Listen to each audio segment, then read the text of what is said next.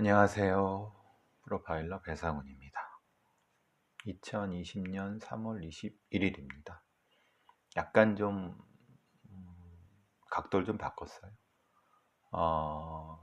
이 조명을 제가 구비하기가 어려워 갖고 약간 그 자연 조명으로 해서 지금 하고 있어요. 이쪽 이렇게 하는 게 나은데 얼굴이야 뭐 특별히 여러분들이 제가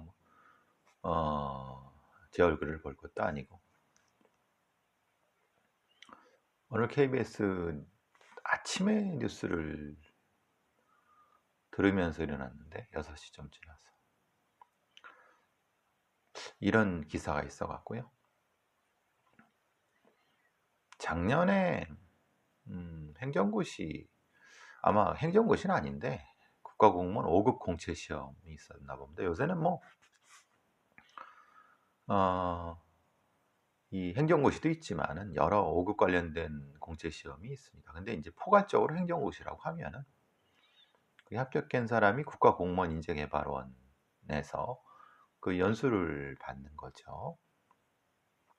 일종의 연수를 받은 다음에 이제 사무관으로 임용되는 거죠. 아시다시피 우리나라는 그 고시 체계로 국가공무원을 운영하고 있죠. 5급 이상은 고시고 5급 이하는 이제 공채, 7급, 9급 그 다음에 이제 여러 가지 특채가 있는데, 사실 지금 장관, 장차관이나 고위 공무원 대부분 이제 여기 고시 출신들인데,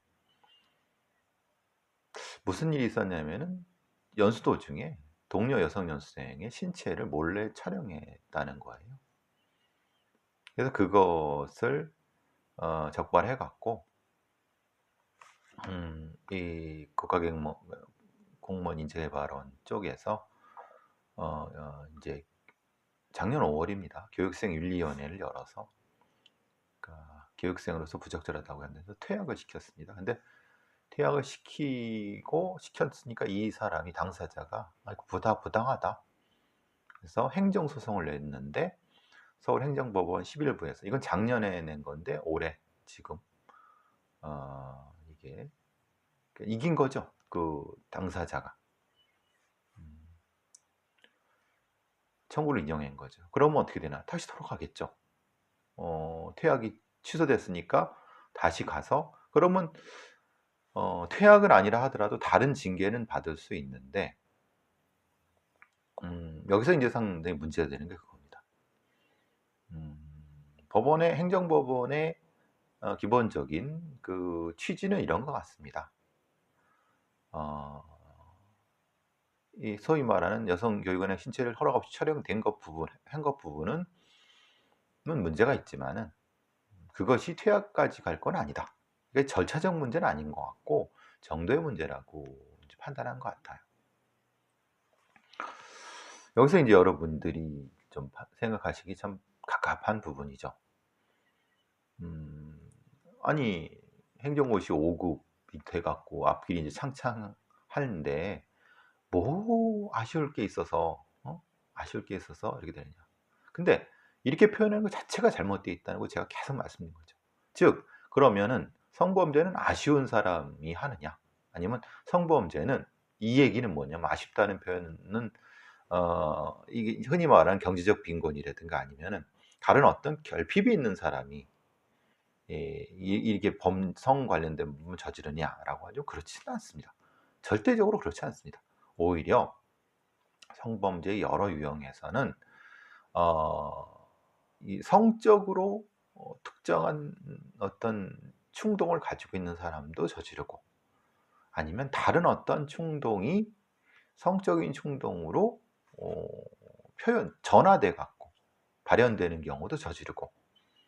근데 오히려 그런 쪽이 더 큰 거고, 실제로 흔히 말하는 우리가 이제 쉽게 얘기되는 네가 뭐가 아쉬워라고 하는 그런 이른바 인용구 정도라고 하는 것은 실제의 전체적인 이런 범죄에서는 퍼센테이지가 상당히 떨어집니다. 우리는 거꾸로 알고 있죠. 그러니까 어떤 성범죄, 특히 이제 이런 카메라 등 이용 촬영죄 같은 이런 것들은 무엇인가 이 경제적으로 아니면 성적으로 뭐 예를 들면 이런 겁니다. 뭐 딱 까놓고 여자를 많이 못 만나 봐서 아니면 혼자 사는 남자가 이렇게 생각하시잖아요. 근데 그거는 그 가능성은 훨씬 더 떨어집니다. 즉 이런 성범죄는 성범죄 혹은 성범죄 나름의 논리, 그렇게 발현 기제가 있는 거예요. 그럼 다시 인제 왜 그럼 이 사람이 이 행정법원의 판사가 이 퇴학 처분을 취소한다고 했을까? 그럼 이것이 절차적인 문제는 아니라고 보고 내용적인 문제, 즉 말하자면 '거기까지는 아니다.'라고 생각하는 그 생각은 뭘까? 이게 이런 거잖아요. 예, 행정고시 공부하는데 굉장히 힘들고 지치고 스트레스 많이 쌓여 갖고 그걸로 인해서 한 번의 실수를 했는데 그 한 번의 실수에 비해서 퇴학은 그 많은 것을 수포로 만드는 거기 때문에 '너무 과하다.'라고 하는 것이 인제 이 판사의, 제가 추정하기엔 그게 그 취지 같습니다. 근데 실제로 지금 이 국가공무원 5급으로 인한 사람이, 그러니까 단지 한 번의 실수로 인해서 그러면 그것을 용서하고 아니면 다른 어떤 것을 했을 때, 어떤 조치를 취했을 때 그 이후에는 다시 이런 행위를 하지 않을 것인가라고 하는 보장이 돼야 되는 거지 않습니까? 근데 거기에 대해서는 우리 행정법원의 판사는 판결 내린 게 아니에요. 그러니까 흔히 말하는 정도의, 즉 그거에 비해서 이것은 과하다라고 하는 거죠. 그러니까 그거에 비해서는 보통 뭐 징계 정도 아니면 뭐 정학 뭐 이 정도가 맞지 않느냐라고 하는 것 같아요. 그러니까 행정법원의 판사는 성범죄, 특히 이런 성범죄에 대해서 무지한 거고, 그러니까 무지하고 참 무식한 거죠. 즉 말하자면 이런 성범죄가 그러니까 단지 스트레스가 쌓여 갖고 그냥 우발적 실수로 인해 갖고 했다라는 것을 전제하는 건데, 아니 그게 아니라 이 카메라를 촬영한 이 범죄자는 그게 아니라 사실은 어떤 병적인 어떤 것이 있어 갖고 그것이 발현돼 갖고 나타났다. 스트레스 상황에서 나타났다. 그러니까 지금 여기에서 만약에 멈추지 않으면은 실제로 사무관으로 임용되고 고위공직으로 올라가면서 더 다른 더 다른 문제를 일으킬 수 있는 가능성이 있는데도 불구하고 지금 5급 사무관이 될 수 있는 길을 올려줬다라고 하면은 이 판사는 어떤 책임을 져야 되나요? 그러니까 사실 여러 그 소위 말하는 이 법률가들은 사실 저는 신뢰하지 않고 이런 거에서 뭐 알았으면 좋겠지만 굳이 그렇게 알기 싫어한다고 하면 내가 가서 귀를 열고 말해 줄 필요는 없는데 너무 무지한 거예요. 그러면 모르면 차라리 이 소송이 진행될 때 전문가 증인을 초빙을 해서 물어보든가 여러 것을 물어봐서 실제로는 이 사람이 이 범죄를 저지른 것이 단 한 번일지 모르지만은 그 국가 공무원 5급 공무원으로서의 는 상당히 위험한 존재다라고 판단을 할 수도 있는 거고. 그러니까 근거가 있어야 된다. 그러니까 만약 이 행정법원의 판사는 그런 근거를 제시하는 거 없이 자기가 보기에 이게 여기에 비해서는 과하다. 그러니까 항상 우리 법원의 판사들은 항상 그게 문제예요. 그러니까 법관의 양심, 법률의 이익. 그러니까 법관의 양심 지 맘대로라는 거잖아요. 그게 아니라 법률에 근거해서, 그리고 객관적인 사실에 근거해서. 그럼 객관적인 사실을 모르면은 객관적인 사실을 자문해 줄 수 있는 사람한테 들어서 거기에 맞춰 판결하는 게 맞는 거죠. 제가 보기에는 이 사람이 이 카메라를 위해서 촬영한 사람이 스트레스 받았거나 아니면은 그냥 다른 어떤 뭐 이해받을 수 있는 거라고는 저는 생각하지 않습니다. 왜냐하면 생각해 보십시오.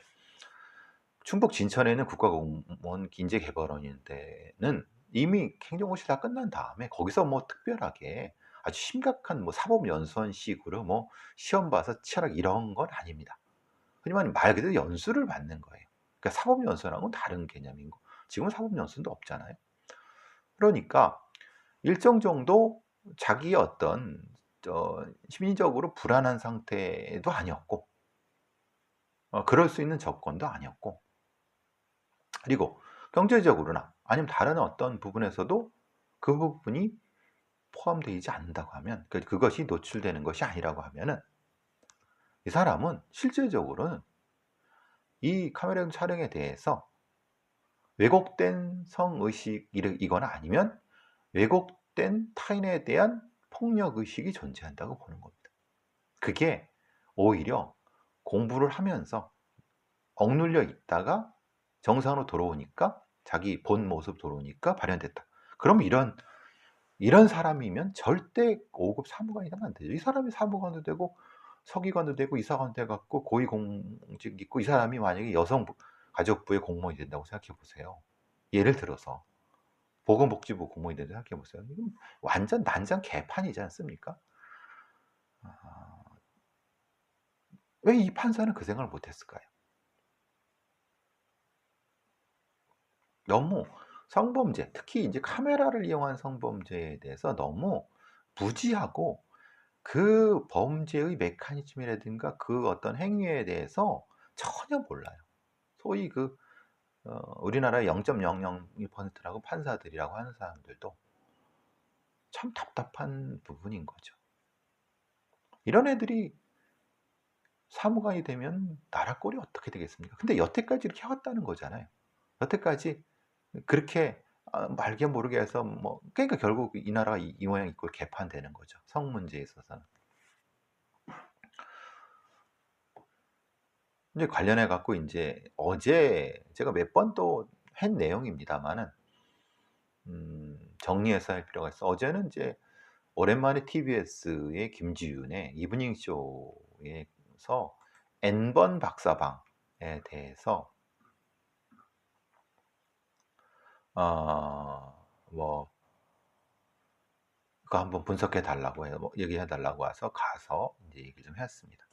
가기 전에 이제 우연하게도 저희가 이 김지윤의 이브닝 쇼는 시작이 7시 40분이고, 근데 이제 여기서 집에서 떠나기가 이제 7시 좀 전에 떠나면 대충 시간을 맞으니까, 근데 6시 좀 지나서 뭐 CBS 정관용의 예, 그 인터뷰를 하는데, 여러분도 많이 아시는 범죄 심리학자라는 사람이 이 똑같은 거에 대해서 얘기를 하더라고요.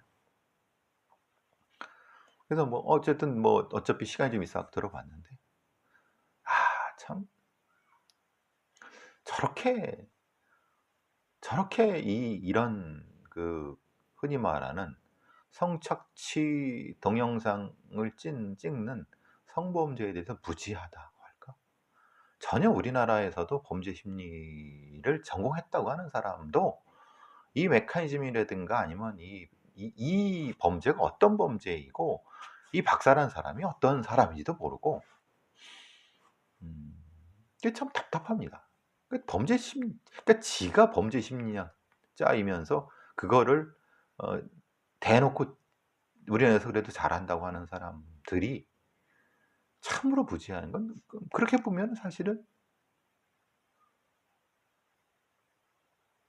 판사나 검사들이 모른다고 하면 욕할 일이 아니겠죠.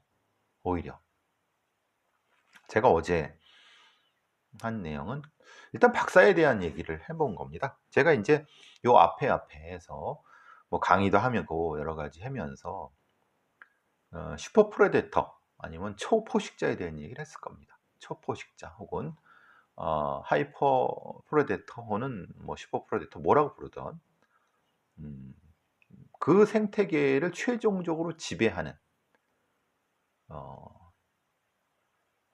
는 어떤 존재들, 혹은 그 존재들을 지배하는, 그러니까 사이코패스를 지배하는 사이코패스, 이런 개념. 90년대, 2000년대까지는 우리가 이제 연쇄살인범, 사이코패스 뭐 이런 얘기를 많이 쓰고 소시오패스 이런 얘기했지만 이제 2000년대 중반 넘어서 2010년대 초반 넘어서면서부터 그런 사이코패스들 사이에서 혹은 그런 사이코패스들에서도 상위에 속하는 최상위에 속하는 존재들이 분명히 존재하고 그 존재들이 특정한 형태의 범죄를 저지르고 특정한 형태의 범죄를 저지르는 과정에서 다른 반사회적 인 범죄자들을 통해서 무엇을 얻거나 아니면 그들을 지배해서 무엇을 얻거나 이런 방식들이 범죄들이 나타난다. 그러면 이전의 개념으로서의 사이코패스, 소시오패스 같은 개념들에서 우리는 한 번 더 나아갔고 초포식자, 슈퍼 프레데터 이 개념을 넘어서 갖고 포식자를 지배하는 포식자 이 개념들 이들에 의한 소위 말하는 섹스 링 범죄 혹은 링 범죄 뭐 등등 이런 방식으로 무엇인가를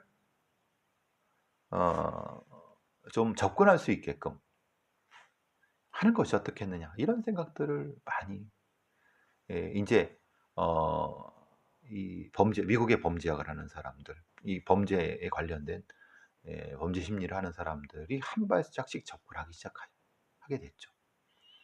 사실 이 박사 텔레그램의 이 박사는 겉으로 봐서는 겉으로 봐서는 카메라 등 이용죄에 대한 카메라 등 이용 범죄에 대한 그것을 이제 찍는 박사라는 아니면 그때 뭐 그 이전에 각가시대라든가 하는 이런 우리 사회에서는 이전에도 그런 비슷비슷한 어떤 존재들이 있었죠. 근데 그 존재들이 일종의 특정한 사이버 공간을 통해서 타인을 지배하고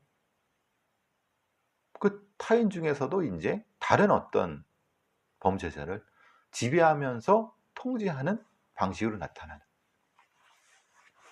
그런 개념으로서 텔레그램 엠번방 박사와 관련된 거를 접근을 해야 됩니다. 근데 이제 이렇게 하는 거죠. 그냥 언론에 나온 대로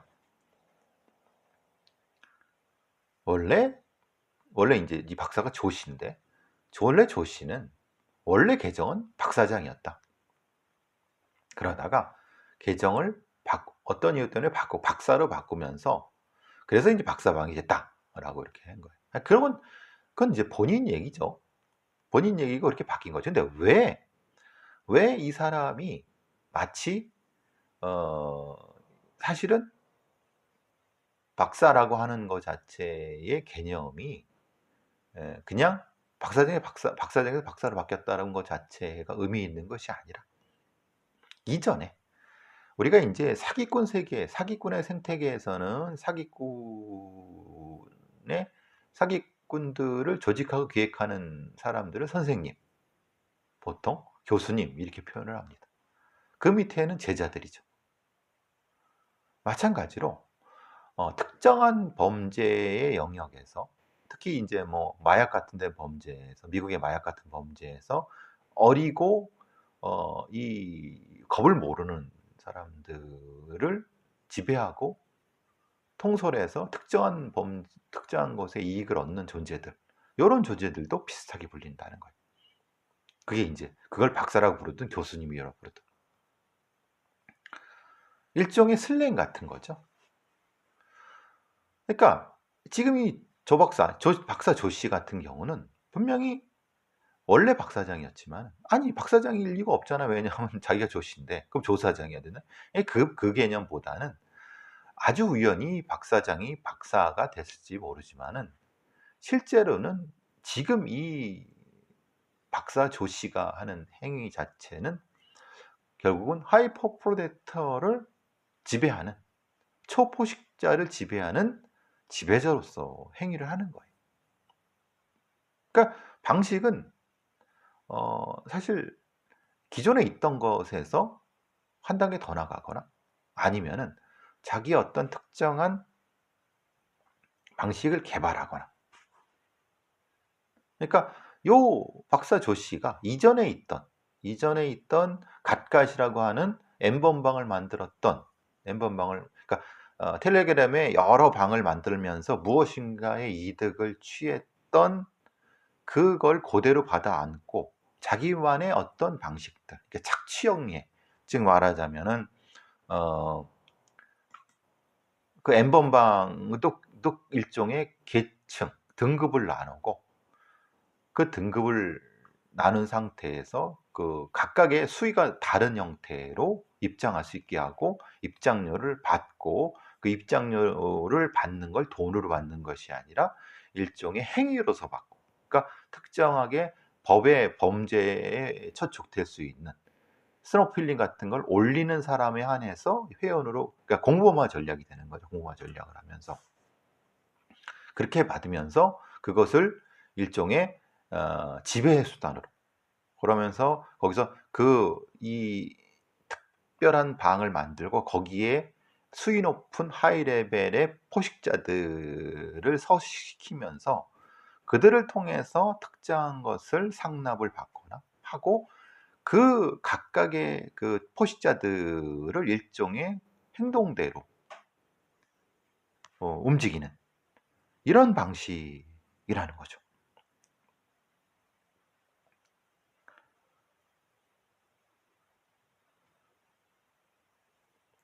그래서 어떤 특정한 형태로 접근을 하는 과정에서 이 박사는 자기의 방식을 아마도 만든 것 같습니다. 즉 말하자면은, 그러니까 수익화 모델을 만들고, 근데 수익화 모델을 하기 전에 조직화 모델을 만들고, 그 조직화 모델을 하면서 그 자기에 충성하는 어떤 집단 혹은 그 어떤 존재들을 차곡차곡 쌓아왔던 것 같습니다. 그리고 자기도 역시 그 존재들 사이에 섞여갖고, 그 실제로 지금 14명이 어떤 범죄 용의자로 됐고, 4명이 거의 뭐 주도급이라고 하는데, 그들이 박사의 얼굴을 모른다는 겁니다. 신원도 모르고. 그러니까 이런 방식으로 운영을 하는 거죠. 그리고 특히 이 박사의 이 유료방에 들어오려고 하면은, 유료방에 들어오는 사람의 인식, 그러니까 신분증을 찍어서 올려라. 그건 가장 기본적인 거고, 그 신분증을 찍어 올리는 것보다 높은, 아까 말씀드린 것처럼 이제 불법적인 것을 올려라. 그 다음 이런 형태라고 하는 거예요. 그러니까 사실 이 박사는 지가 한 거에 비해서는 수익은 그렇게 높지가 않아요. 뭐 1억 뭐 몇억 정도밖에 안 되는데, 실제로는 지금 이 상태라고 보면 뭐 그 이상 훨씬 더 수익이 더 많았어야 되는데, 그러니까 실제로는 이 박사는 수익도 중요하지만 기본적으로 자신이 이 초포식자들을 지배하는 것에 상당히 큰 어떤 만족감 같은 걸 느끼는데, 물론 저는 두 가지가 다 결합됐을 거라고 생각을 해요. 그러니까 실제로 그것이 외화돼서, 근데 그 실현하는 단계가 바로바로 돈으로 이거보다는 넓게 퍼뜨려 놓고 그 속에서 이제 돈을 버는 방식이기 때문에 저는 그게 섞였다고 봅니다. 특히 이제 노예, 아니면 박사, 아니면 이런 것들을 피해자한테 몸에 새기게 해서 찍게 한다든가, 그러면서 뭐 특정한 부위에, 노출돼서는 안 된 부위에 거길 뭐 쓴 다음에 하게 한다는 이런 방식의 지속적인 일종의 서브오디네이트, 아니면은 이 방식을, 지배 방식을 노출한 걸로 봐서는 이 박사는 그 외에 많은 이 사이버성에 돌아다니는 것들을 많이 섭렵했던 것 같습니다. 그리고 내용도 여기서 유통되는 내용도 상당히 수위가 높은 거라고 합니다. 수위가 높은 거라는 게 보통 스노우 필름도 보통의 스노우 필름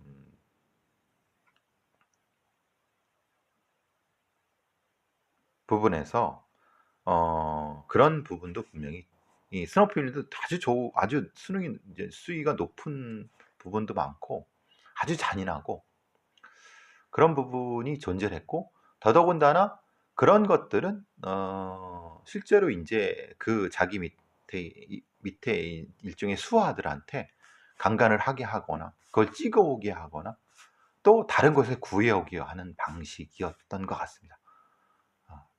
다시 말씀드리면 결국은 그러면은 이 박사란 존재는 어떤 존재일까? 우리가 사실은 이 범죄자 중에서도 범죄자를 통제해서 범죄의 이익을 얻는 상당히 그 위험도가 아주 높은. 근데 문제는 이 박사는 우리 생각으로는 굉장히 형량이 높을 것 같잖아요. 근데 그거는 솔직히 말하면은 그 방송이나 아니면 이런 데에서 하는 얘기고 실제로 우리나라의 법 체계상으로는 10년? 아주 많아야 10년이고 제가 보기에는 한 5, 6년 정도? 왜? 우리의 법 체계는 모든 게 다 누적되는 형량이 아니거든요. 그건 제가 계속 말씀드린 거고 이게 제일 좀 답답하고 힘든 상황입니다. 이런 범죄가 이렇게 올라와 있다는 것은 이 범죄 이렇게 근데도 지금 코로나 사태 때문에 부각이 안 되는 거고 더더군다나 제가 가장 문제 삼는 건 이거죠. 분명히 이것을 이전부터 할 수 있었죠. 근데 문제가 이렇게 커질 동안까지도 안에다가 이 피해자가 최소한 70 몇 명, 뭐 이제 80 몇 명, 100명 최소한. 그런데 그러면서 겨우 이제 경찰청 사이버 안전과에서 서울지방경찰청에서 좀 시간을 들여갖고 추적을 한 것 같아요. 그러니까 사실은 진작에 할 수 있었던 거예요. 법을 안 바꿔도 할 수는 있었어요. 근데 문제는 잡는 건 잡는 건데 문제는 이 얘를 오랫동안 가두게 할 수는 없다는 거예요. 지금의 법상으로. 물론 소지하고 본 것만 되느냐 뭐 이런 부분인데 그게 너무 형량도 작고 그러니까 뭐 단순히 몇 개 다운 받았다고 해서 분명 법에는 있습니다. 그래서 제가 어제도 그런 얘기를 한 거죠. 법적으로는 사실 빈 곳이 많다. 법이 없다. 이런 말씀을 드렸어요. 근데 실제로는 법이 하지만은 유통을 위해서 뭐 소지하고 있는 이런 근데 이게 애매한 것은 빠져나가려면 금방 빠져나갈 수 있는 거예요. 그러니까 변호사들은 그런 얘기를 하는 거죠. 법률가들은 아니 법이 있잖아요. 근데 실제로 판례가 그걸 소지하고 있었만 했을 때 처벌이 된 예가 있느냐? 됐어도 기껏해야 뭐 벌금 정도 아니면 뭐 이 정도밖에 안 되는 거. 그럼 여기에 이 박사의 회원이라고 하는 데는 한 1만 명 뭐 된다고 하는데 그것도 뭐 등급이 나누지만은 걔네들이 다 처벌되느냐? 그중에 한 뭐 1% 안쪽밖에 처벌 안 될 거예요. 그리고 나머지 그것을 본 27만 명 정도는 어떻게 되느냐? 걔네들은 거의 뭐. 문제는 이것이 심각한 범죄이고 얘를 왜 초포식자를 지배하는 포식자라고 얘기를 하는지 그리고 얘들의 어떤 이 범죄 메커니즘 그리고 범죄 생태계 이런 것들을 철저하게 분석을 해서 거기에 맞는 대응 전략들을 짜야 되는 거예요. 근데 그 자체를 경찰도 모르고 그냥 이런 법이 있으니까 쫓아가 잡긴 잡았는데 실제로 이 박사 조 씨라는 애가 실제로 주범인지 아니면은 사실은 박사 조씨란 애는 바지고 또 다른 애가 있는 건지, 물론 그 안에 각각이라는 애가 있지만 저는 이 상태로 보면 사실은 조씨란 애는 주범이라기보다는 일종의 복제물, 카피캣일 가능성이 높다고 봐요. 그러니까 이런 범죄가 도대체 무슨 범죄인지 모르니까 제가 지금 주도하고 있으니까 쟤를 쫓아가서 그러니까 얘는 어떻게 있었냐면 어느 그 PC방에 저기 외진 서울이나 경기도 외진 PC방에 혼자서 이렇게 마치 게임하듯이 하면서 이 밑에는 다른 프로그램이 돌아가도록 하면서 이걸 지시하고 받고 막 그랬던 거예요. 곧 다른 화면으로 게임 같은 거 하면서. 그리고 이제 하루는 거기 있다가 또 다른 데로 옮겨가고 이런 막. 그러니까 추적이 굉장히 어려웠죠. 그러니까 그 IP나 그쪽으로 들어가게 되면 사실은 빨리 이동하게 되고. 그러니까 누군지 모르고. 그걸 계속 교차시켜서 찾은 거거든요. 그러니까 경찰도 고생을 많이 했지만 실제로는 이렇게 하면 안 된다는 거예요. 즉 말하자면 지금처럼 경찰청 사이버 안전과에서 이렇게 수사 하나로 하는 게 아니라 실제로는 어, 사이버 안전국이라고 하는 별도의 수사 조직으로 꾸준히 추적을 해야 된다는 거예요. 이런 것도 연구를 안 하니까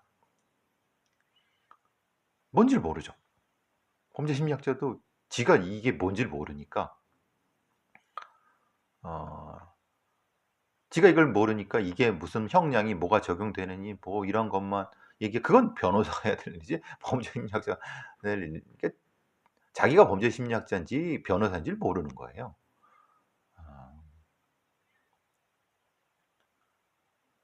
전체적인 규모, 그리고 이것의 메커니즘, 이런 것들, 그리고 기본적인 심리 구조, 이런 것들을 찾아내야 되죠. 근데 제가 이 전체를 계속 언론에 나온, 신문에 나온 기사를 다 봐도 제대로 아는 애들은 없어요.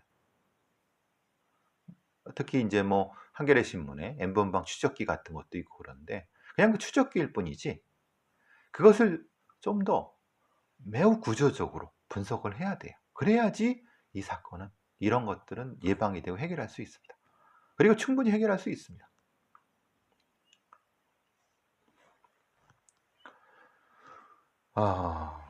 조금 더 이 박사에 대해서는 이 사건 부분에 좀 더 분석을 하고 싶은데 나중에 이것은 여기보다는 내일 모레 박사의 신원이 밝혀지고 조금 더 사건에 대한 윤곽이 더 나오면은 한 번 더 쭉 한번 하는 것이 나을 것 같습니다. 명심해 두세요.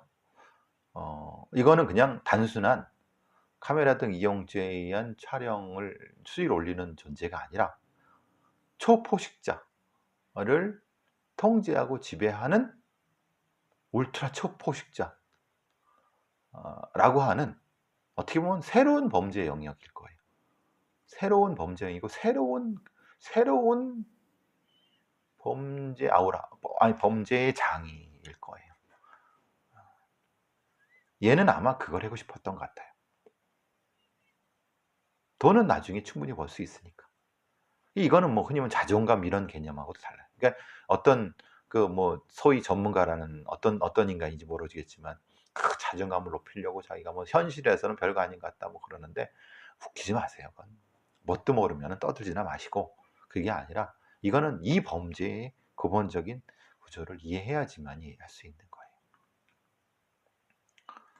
거예요. 시간이 되면 좀 전체적으로 한번 도표까지 그리면서 각각에 적용되는 것을 하고 싶은데 이 화면상으로는 한계가 분명히 있네요.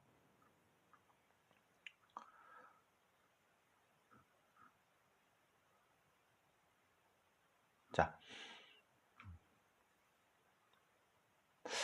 윤석열 검찰총장 장모 최 씨에 대한 건데 조금 사건이 좀 이상하게 될 것 같고, 그러니까 JTBC의 보도입니다. 위조, 그러니까 잔고증명서 위조와 관련해 갖고 조사를 받았다고 합니다. 19일 날. 그 안모씨. 원래는 안씨와 최씨가 그 광주 도천동에 있는, 성남인가요? 광주 어떤 그 중간에 도천동에 있는 땅을 40억에 매입을 해갖고 이게 일종의 같이 한 거죠. 동업이죠. 근데 어, 근데 이게 서로 이제 누가 뭐 위조를 해줬느니 뭐 지켰느니 뭐 했는데, 검찰은 안 씨를 피의자 신분. 피의자는 뭡니까? 청구증명을 안 씨가 주도했다는 거잖아요. 근데 예전에 사건 기록에서는 최 씨가 자기가 했다. 그러니까 검사들은 믿을 수가 없습니다. 그러니까 거꾸로, 아니 물론 안 씨도 피의자일 수 있죠. 근데 정작 지금 바로 조사를 해야 될 최 씨는 뭐 거의 뭐 몇 달이 돼가도 조사도 안 하다가 이제 소위 말하면 공소시효 2달, 그러니까 열흘 남기고 이제, 근데 지금 참고인 신분 정도? 이따위로 하면은 이거 분명히 공수처 수사 받습니다. 검사들. 그래야 되고, 이렇게 한 검사들 지금 이렇게 세한, 이러니까 공수처가 필요한 거죠. 도대체 검사들은 믿을 수가 없습니다.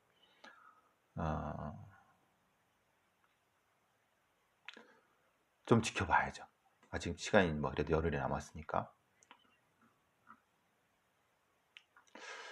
이게 좀 희한한 사건이라기보다는 좀, 이게 좀 생각하시기에 따라서 뭐지? 라고 하는 사건이 있는 거는, 올해 초 1월 25일 날 서울 용산에 있는 어떤 그 빌라 주차장에서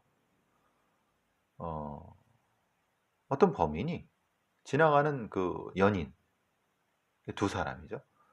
그 시비가 붙었는데, 이 시비가 붙었다는 것도 좀 애매해요. 검찰의 공소장에 의하면은 이 범인은 일부러 피해자한테 다가가서 어깨를 툭 치며 밀치며 시비를 걸었고, 그때 어떻게 된 건지 근처에 있는 집에 가서 흉기를 가져 나온 다음에 찔러서 죽였어요. 그런데 이 범인 너무 희한한 게, 자기가 분노 조절 장애가 있었다는 거예요. 그래서 심신미약 심신상실이라고 주장하면서 자기가 쫓아 올라가서 흉기를 잡은 것까지는 기억나는데 그 뒤는 전혀 기억이 안 난다는 거예요. 그래서 정신감정을 요청을 했어요, 변호인 쪽에서. 그리고 얘는 법정에서 그런 얘기를 하는 거예요. 아니, 자기가 칼로 쫓아왔으면 도망가야지 왜 도망을 안 가냐, 피해자 잘못 아니냐, 그리고 또 하나는 경찰이 수사가 개판이다, 뭐 이런 식으로 하고, 그래서 약간 또라이 짓을 했나 봐요. 그러니까 그렇게 보이려고 한 것 같다는 얘기가 이제 피해자 쪽에서는 그런 것 같은데, 그러니까 이렇게 휘둘리면 안 되죠. 즉 말하자면은, 그래, 분명히 살인자 놈이 지가 감경받기 위해서 무슨 짓을 또 다 할 거 아닙니까? 그러면은 당연하게도 객관적인 근거에 따라서 이렇게 휘둘릴 필요 없이, 좋아, 그럼 정신감정해. 행동감정이죠. 정확히 말하면 행동감정. 이게 정신감정이라는 거죠. 이제 웃긴 건 그런 거예요. 이건 정신감정이 아니라, 그러니까 분노 조절 장애라고 하는 것은 있을 수도 있어요. 근데 분노 조절 장애가 있다고 해서 모두가 다 살인자는 아닙니다. 그러니까 이건 정확히 행동 평가를 해야 되죠.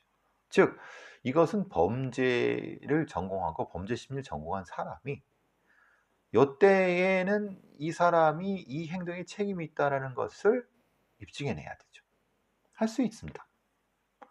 근데 일반 의사한테 가봤자 이건 뭐 답이 없습니다. 일반 의사가 어떻게 합니까, 그런 거를, 이 영역. 그리고 만약에 이렇게 하는 것이 자기의 그 형량을 감경하기 위해서 고의적으로 있다 이 짓을 했다라고 하면 가중 처벌을 해야 되죠. 그러니까 그런 것까지 다 시스테믹하게 돼야 되는데, 어, 그러니까 좀 걸리는 건 그거예요. 이 범인놈이 글쎄 왜 지나가는 연인을 그랬을까? 그러니까 그 동기부터 찾아야 되는 거예요. 그 동기를 안 찾고 수사 단계에서 안 찾고 뭘 한 겁니까? 본인이 자백을 했으니까 자백한 대로 저기 기소하고 재판하려고 하니까 재판 중에 변호인이 소위 말하니까 엎어치기를 하는 거죠. 죽인 거 맞다. 근데 내가 정신이 이상하다라고 하는 거예요. 그러니까 제가 늘 말씀드린 거죠. 수사라고 하는 게 범인 중심, 검찰 중심 절대 그러면 안 됩니다. 범죄 수사 전문가 중심으로 가서 거기에 따라서 수사를 하고 그걸 가지고 해야지 이렇게 엎어치기를 안 당하는 거거든요. 참 이런 경우는 참 답답합니다. 이런 게. 음, 사실 어제 음, 박사 그러니까 텔레그램 N번방 그 얘기를 하면서 생각이 많았습니다. 왜냐하면 사실 할 일이 너무 많구나. 왜?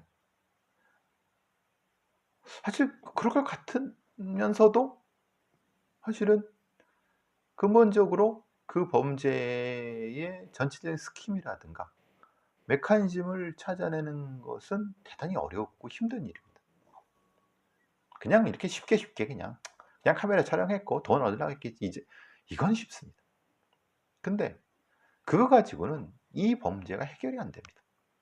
지금 이런 각각의 범죄들이 다 그렇습니다. 그래서 범죄는 범죄 전문가가 분석하고 거기에 따라 수사하고 그래야 되는 겁니다. 좀 답답한 건 우리나라는 범죄 전문가가 드뭅니다. 근데 그 드물다는 거를 우리 시민들이 국민들이 모른다는 게 더 처참합니다. 왜?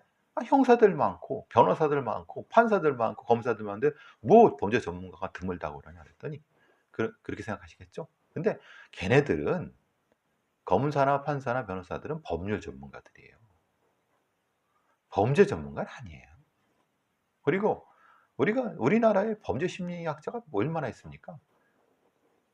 제대로 그나마 또 있다 하더라도 제대로 하는 애들이 몇 명이나 됩니까? 엉뚱한 얘기나 하고 정치적인 얘기나 하고 참. 그래서 사회가 기초적으로 탄탄하려고 하면 기본적인 학문에 대한 것이 탄탄해야 되는데 어쨌든 말이 좀 길어졌네요. 오늘도 코로나가 다시 또 세 자릿수 확진자가 늘어나고 있는데 어쩔 수 없습니다. 이제는 버티는 길밖에 없습니다. 버틸고 뭐 이제 계약을 영원히 미룰 수는 없으니까 어쨌든 4월에는 계약을 해야 되는 거고 더 미루면 뭐 더 어떻게 미룹니까? 그러면 뭐 방법이 없죠. 뭐 멀리 떨어져 앉고 마스크 쓰고 같이 밥 안 먹고 해도 조심하고 뭐 그래도 걸리면 이제 치료받고 뭐 방법이 없죠. 그러니까 마음 단단히 먹고 할 수밖에 없습니다. 손 항상 깨끗이 씻고 손 안 씻은 걸로 눈 비비지 말고 항상 그렇게. 자, 오늘 여기까지 하겠습니다. 감사합니다.